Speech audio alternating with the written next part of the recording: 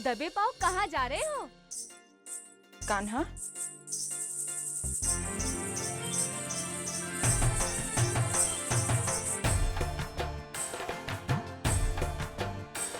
पाँव में दर्द है? हाँ। नहीं है। तो फिर? मैं नहीं बताऊंगा। हम दोनों माखन चोरी करने जा रहे हैं। हम माखन चुराने? तो क्या नंदरानी यशोदा भी माखन चुराने जा रही हैं? नहीं तो। बुद्धू, ये मेरी नई माँ है। नहीं माँ। समझी? चुप रहो। रास्ता छोड़ो, मुझे जाने दो। पिताजी मेरे लिए लेकर आए हैं। नहीं माँ।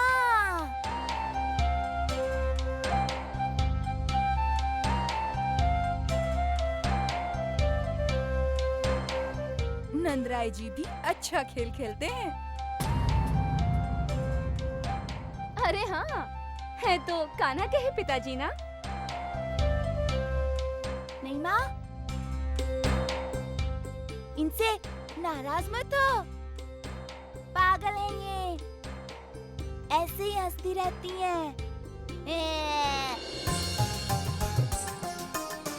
देखा, पागल है, एक से बढ़ के एक। पागल बुद्धू। तुमने हमें पागल किया है कान्हा। नहीं माँ, चलो। हम भी तुम्हारे साथ आए कान्हा।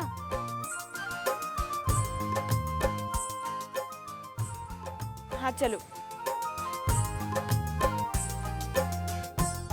हमें इनके पीछे रहना चाहिए। हाँ, अवश्य ही कान्हा कोई शरारत करने वाला है। परंतु इस समय कन्हैया की मैया क्या कर रही हैं?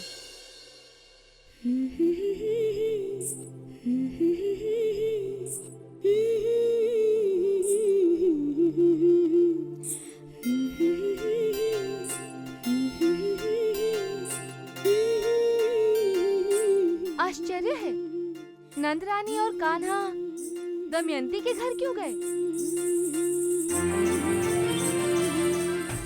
वो भी चोरी चोरी।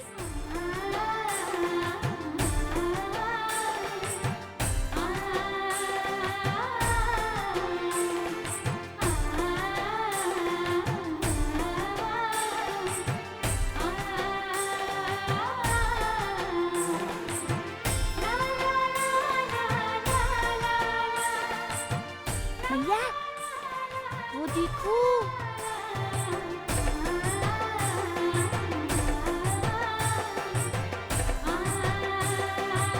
चलो।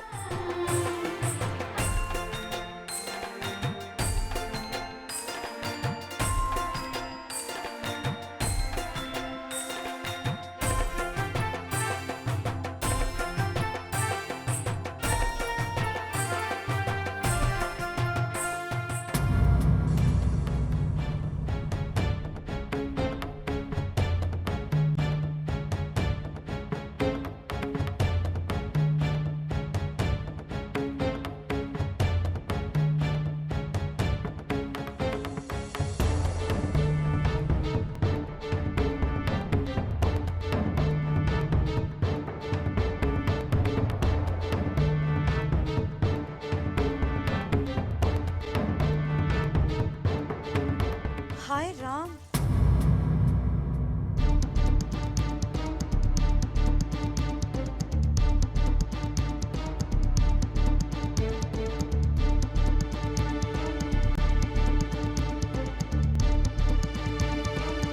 यशोदा, तुम भी?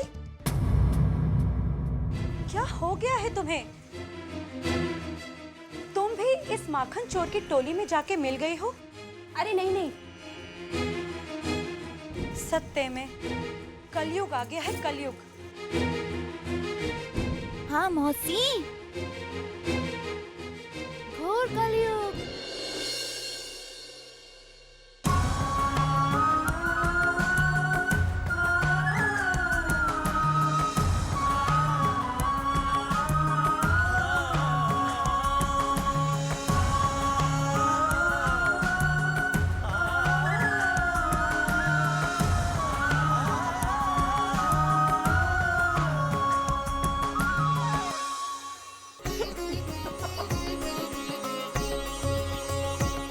हंस क्यों रहे हैं नंदराय जी? इसमें हंसने की क्या बात है? वैद्य को तुरंत बुलाइए और यशोदा का उपचार करवाइए। लगता है बीमारी बढ़ गई है। कृष्ण के जन्म के समय से ही यशोदा को ये बीमारी हुई होगी।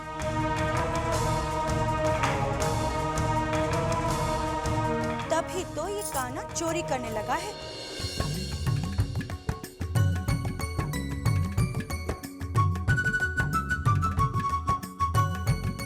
अरे मौसी, ऐसा कुछ भी नहीं है जैसा आप समझ रही हैं।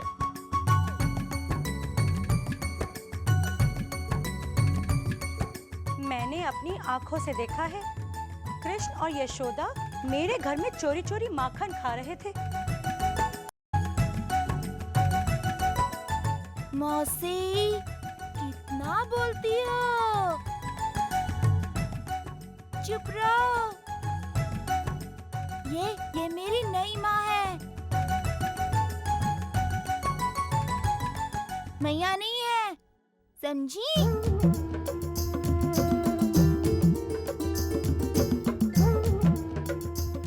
नंदरानी जी भी बड़े चाव से माखन खा रही थी।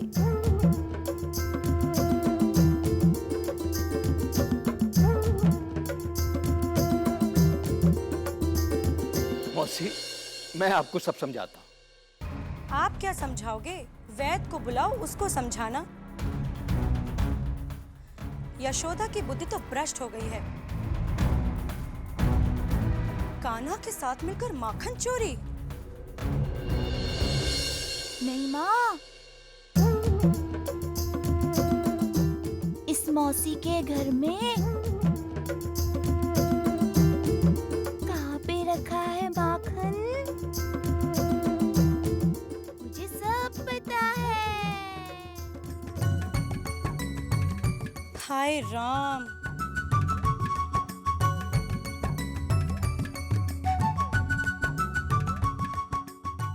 चले माखन चोरी करने मौसी के घर।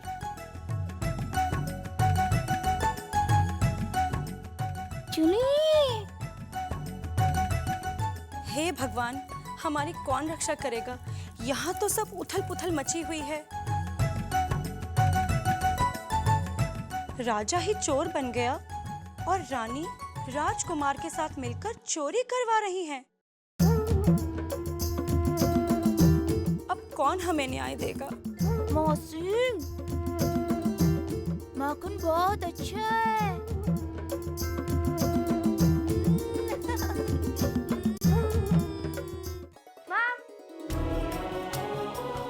माँ, मुझे भूख लगी है।